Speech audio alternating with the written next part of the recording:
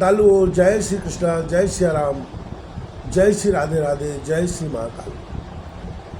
उज्जैन का निर्धन हुआ तितिक्षु ब्राह्मण कहता है कि यदि मान लें कि मनुष्य ही सुख दुख का कारण है तो भी उनसे आत्मा का क्या संबंध, क्योंकि सुख दुख पहुँचाने वाला भी मिट्टी का शरीर है और भोगने वाला भी। कभी भोजन आदि के समय यदि अपने दांतों से ही अपनी जीभ कट जाए, उससे पीड़ा होने लगे तो मनुष्य किस पर क्रोध करेगा। यदि ऐसा मान लें कि देवता ही दुख के कारण है तो भी इस दुख से क्या आत्मा की हानि, क्योंकि यदि दुख के कारण देवता है तो इंद्रियाभिमानी देवताओं के रूप में उनके भोक्ता भी तो वे ही हैं। और देवता सभी शरीरों में एक है। जो देवता एक शरीर में है वे ही दूसरे में भी है। ऐसी दशा में यदि अपने ही शरीर के किसी एक अंग से दूसरे अंग को चोट लग जाए तो भला किस पर क्रोध किया जाएगा। यदि ऐसा माने कि आत्मा ही सुख दुख का कारण है तो वह तो अपना आप ही है, कोई दूसरा नहीं, क्योंकि आत्मा से भिन्न कुछ और है ही नहीं। यदि दूसरा कुछ प्रतीत होता है तो वह मिथ्या है। इसलिए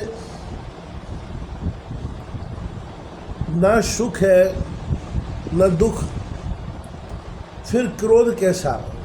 क्रोध का निमित्त ही क्या? यदि ग्रहों को सुख दुख का निमित्त माने तो उनसे भी अजन्मा आत्मा की क्या हानि। उनका प्रभाव भी जन्म मृत्युशील शरीर पर ही होता है। ग्रहों की पीड़ा तो उनका प्रभाव ग्रहण करने वाले शरीर को ही होती है, और आत्मा उन ग्रहों और शरीरों से सर्वथा परे है। तब भला वह किस पर क्रोध करे। यदि कर्मों को ही सुख दुख का कारण माने तो उनसे आत्मा का क्या प्रयोजन, क्योंकि वे तो एक पदार्थ के जड़ और चेतन उभय रूप होने पर ही हो सकते हैं। जो वस्तु विकार युक्त और अपना हिताहित जानने वाली होती है उसी से कर्म हो सकते हैं। अतः वह विकार युक्त होने के कारण जड़ होनी चाहिए और हिताहित का ज्ञान रखने के कारण चेतन। किंतु देह तो अचेतन है और उसमें पक्षी रूप से रहने वाला आत्मा सर्वथा निर्विकार और साक्षी मात्र है। इस प्रकार कर्मों का तो कोई आधार ही सिद्ध नहीं होता, फिर क्रोध किस पर करें। यदि ऐसा माने कि काल ही सुख दुख का कारण है तो आत्मा पर उसका क्या प्रभाव, क्योंकि काल तो आत्मस्वरूप ही है। जैसे आग आग को नहीं जला सकती और बर्फ को नहीं गला सकता, वैसे ही आत्मस्वरूप काल अपने आत्मा को ही सुख दुख नहीं पहुँचा सकता। फिर किस पर क्रोध किया जाए। आत्मा शीत उष्ण सुख दुख आदि दोनों से सर्वतातीत है।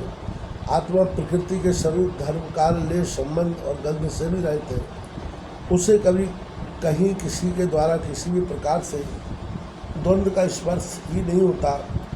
वह तो जन्म मृत्यु के चक्र में भटकने वाले अहंकार को ही होता है। जो इस बात को जान लेता है वह फिर कभी किसी भी भय के निमित्त से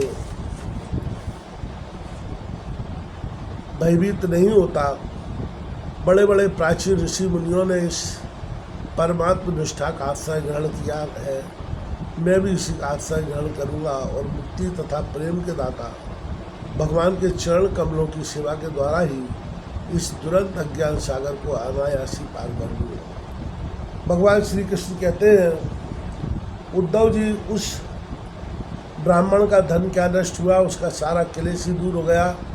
अब वह संसार से विरक्त हो गया था और संन्यास लेकर पृथ्वी में स्वच्छंद विचर रहा था। यद्यपि दुष्टों ने उसे बहुत सताया, फिर भी वह अपने धर्म में अटल रहा, तनिक भी विचलित न हुआ। उस समय वह मौनी अवधूत मन ही मन इस प्रकार का गीत गाया करता था। उद्धव जी, इस संसार में मनुष्य को कोई दूसरा सुख या दुख नहीं देता। यह तो उसके चित्त का ब्रह्मास्त्र है। यह सारा संसार और इसके भीतर मित्र, उदासीन और शत्रु के भेद अज्ञान कल्पित है। इसलिए प्यारे उद्धव, अपनी वृत्तियों को मुझ में तन्मय कर दो और इस प्रकार अपनी सारी शक्ति लगाकर उनको वश में कर दो और फिर मुझ में ही नित्युक्त होकर स्थित हो जाओ। बस सारे योग साधना का इतना ही संग्रह है। यह भिक्षुक का गीत क्या है, मूर्तिमान ब्रह्म ज्ञान निष्ठा ही है।